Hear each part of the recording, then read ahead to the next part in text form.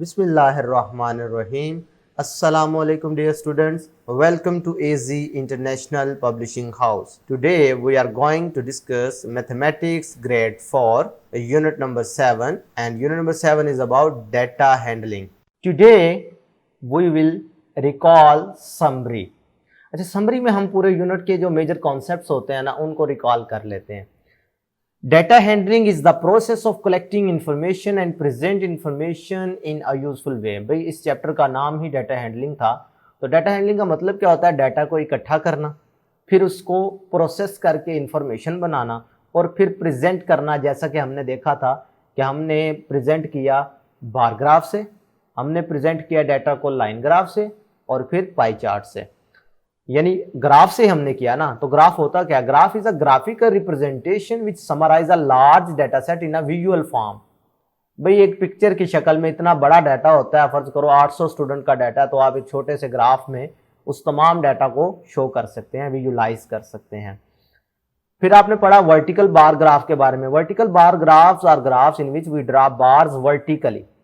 भाई आपको पता होगा कि जब वर्टिकली आप ग्राफ बार्स ऐसे ड्रा करते हैं तो इस टाइप के ग्राफ बार ग्राफ को वर्टिकल कहते हैं. और अगर यही बार आप इस तरीके से हॉरिजॉन्टली ड्रा कर रहे हो तो फिर इसको हॉरिजॉन्टल बार ग्राफ कहते हैं. ठीक है. और वर्टिकल बार ग्राफ को आप कॉलम बार ग्राफ के नाम से भी जानते हैं.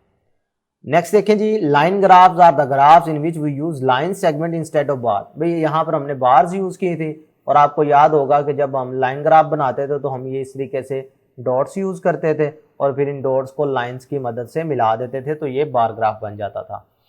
और इसमें आपको पता है कि ये अगर लाइन ऐसे ऊपर की तरफ है तो इसका मतलब है इंक्रीजिंग को शो कर रहा है, ये डिक्रीजिंग को, दोबारा से फिर से इंक्रीजिंग को. उसके बाद हमने पढ़ा था पाई चार्ट के बारे में. ये भी एक ग्राफिकल रिप्रेजेंटेशन है डाटा की, लेकिन इसको हम कैसे बनाते थे? सर्कल की शक्ल में ना.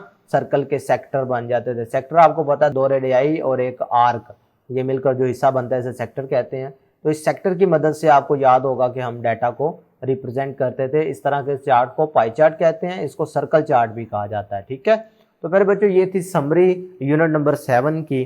तो इसमें हमने पूरे यूनिट को कोशिश किया कि रिकॉल करें, यानी जो जो कॉन्सेप्ट हमने सीखे थे उनको हमने रिकॉल किया. तो मेरे बच्चों ये इस यूनिट का आखिरी लेक्चर है. इसी के साथ हम आज के लेक्चर में अपनी बुक का इख्तिताम कर रहे हैं.